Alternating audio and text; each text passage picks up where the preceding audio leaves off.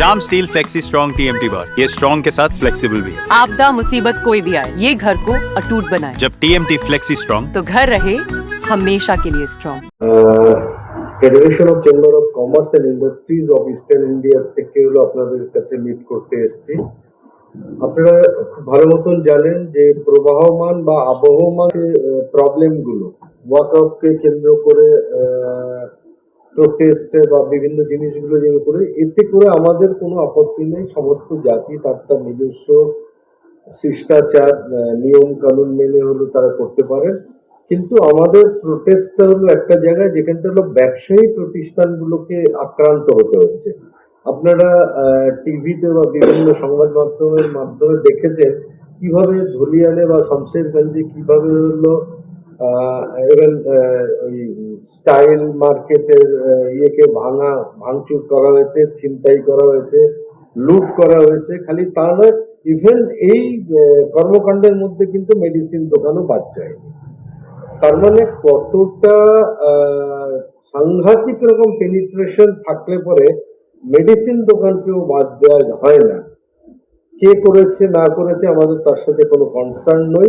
আমরা চিফ মিনিস্টারের কাছে হলো খুব বলিষ্ঠভাবে দাবি করছি যে এই যে ঘটনাগুলো সুতি শমশেরগঞ্জে ধুলিয়ান, এবং এটা হলো যে ঘটনাগুলো ঘটছে খালি এখানটায় অলরেডি হলো 24 পরগনার দিকে হলো ছড়িয়েছে, আপনারা জানেন ভাঙড়েও ছড়িয়েছে, এরপরে কিছুটা মালদার দিকে এগিয়ে এসছে, ফারাক্কার দিকে এগিয়ে এসছে আমাদের ব্যবসায়ী প্রতিষ্ঠানের যে খবরগুলো থাকে তাতে। এবং খালি যে এখানটায় যে আটকে আছে তা নয়, কিছু জিনিস হলো মাউন্ট হচ্ছে কোচবিহার, তুফানগঞ্জ, এই সমস্ত বর্ডারিং এরিয়াতেও কিন্তু এই বিষয়গুলো ডেভেলপ করছে। তো এখান থেকে যে একটা আনস্টেবল সিচুয়েশন তৈরি হচ্ছে, সেই আনস্টেবল সিচুয়েশনের জন্য ব্যবসাগুলো কিন্তু একটা জায়গায় এসে স্টেলমেট পজিশনে চলে এসছে। আজকে ব্যবসায়ী প্রতিষ্ঠানও ভয় পাচ্ছে তাদের হলো হাউসকে ওপেন করতে। মানে এখন এই মুহূর্তে যে জায়গাগুলো উপদ্রুত এলাকা আছে সেখানটা দেখবেন এখনো ব্যবসায়ী প্রতিষ্ঠানগুলো হলো বন্ধ আছে। আমরা তাদের সাথে যোগাযোগ করার চেষ্টা করেছি, বারবার করে বলেছি আপনারা খুলুন। বলছি যে দেখুন আমরা খুলতে পারি, কিন্তু আমাদের নিরাপত্তাটা কোথায়? ইভেন আমরা নিরাপত্তা যাদের কাছ থেকে পাবো তাদের কাছ থেকে যদি নিরাপত্তাটাই যদি না পাই তাহলে আমরা কি ভরসায় খুলবো? আজকে যে আমার এত লাখ লাখ টাকা হলো লুট হয়ে গেল, লাখ লাখ টাকা হলো ভাঙচুর হলো, এর ক্ষতিপূরণ কে দেবে? তো স্বাভাবিক নিয়মে আমরা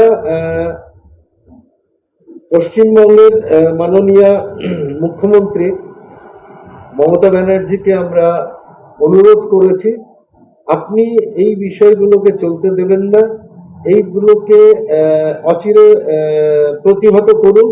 এটা যদি প্রতিহত না করেন তাহলে কিন্তু ব্যবসায়ীদের কাছে কিন্তু কোনো উপায় থাকবে না এর এগেনস্টেও হলো মুভমেন্টে নামা। তো ব্যবসায়ীরা দেখুন শান্তিপ্রিয় লোক, এরা হলো ব্যবসা করে, তাদের সম্পদকে রক্ষা করে, সম্পদ বাড়ায়, রাষ্ট্রের জন্য কাজ করে, রাষ্ট্রের হলো জিএসটি থেকে আরম্ভ করে বিভিন্ন ট্যাক্সেশন গুলো দেওয়া হয়। সেই জায়গাটায় যদি হলো এই পদক্ষেপ গুলো যদি মুখ্যমন্ত্রী না নেন তাহলে আমরা কার কাছে বলবো, কার কাছে যাব? তাই আমি আপনাদের মাধ্যম দিয়ে হলো দৃঢ়ভাবে বলিষ্ঠভাবে মুখ্যমন্ত্রীর কাছে আহ্বান রাখছি, আপনি নিঃসংকোচে এই সমস্ত অসামাজিক তত্ত্ব যারা ঢুকে এই ধরনের হলো শিষ্টাচারের ইয়েগুলো সৃষ্টি করছেন তাদেরকে হলো প্রতিহত করুন, তাদেরকে হলো পারভিউ অফ দ্য ল আনা হোক, তাদেরকে বিহাইন্ড দ্য বার, অর্থাৎ অসামাজিক তত্ত্বকে বিহাইন্ড দ্য বার আনতে তো কোনো ইয়ে নেই, আপত্তি নেই কারো। তো আমরা এই দাবিগুলো হলো খালি শিলিগুড়ির থেকে federation of chamber of commerce and industries দিয়ে এটা প্রতিবাদ করছে তা নয়। আজকে এই চিঠিটা যেটা আপনাদের হাতে আমরা তুলে দিলাম, এই মেলটা কিন্তু, এই চিঠিটা যেমন আমরা হলো স্পিড পোস্টে পাঠিয়েছি, এর সাথে সাথে কিন্তু এই মেলটা আমরা হলো সিএম কে পাঠিয়েছি। খালি আমরা এখান থেকেই নয়, নর্থ বেঙ্গলের সমস্ত জেলা থেকে এই মেলটাকে হলো চেম্বারগুলো পাঠিয়েছে।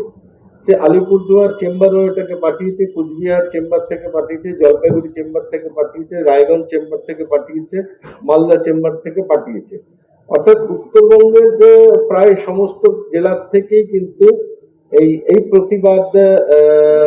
প্রতিবাদের ভাষাটা ব্যবসায়ীদের সেটাকে তুলে ধরা হয়েছে মুখ্যমন্ত্রীর কাছে, এবং আমরা আশা করব মাননীয় মুখ্যমন্ত্রী এই বিষয়টাকে সৃজনশীল ভাবে চিন্তা ভাবনা করবেন, দেখবেন, এবং যথাযথ পদক্ষেপ গ্রহণ করার মধ্যে ব্যবসায়ীদেরকে আশ্বস্ত করবেন, না আপনারা নিঃসন্দেহে ব্যবসা করুন, নির্দ্বিধায় ব্যবসা করুন।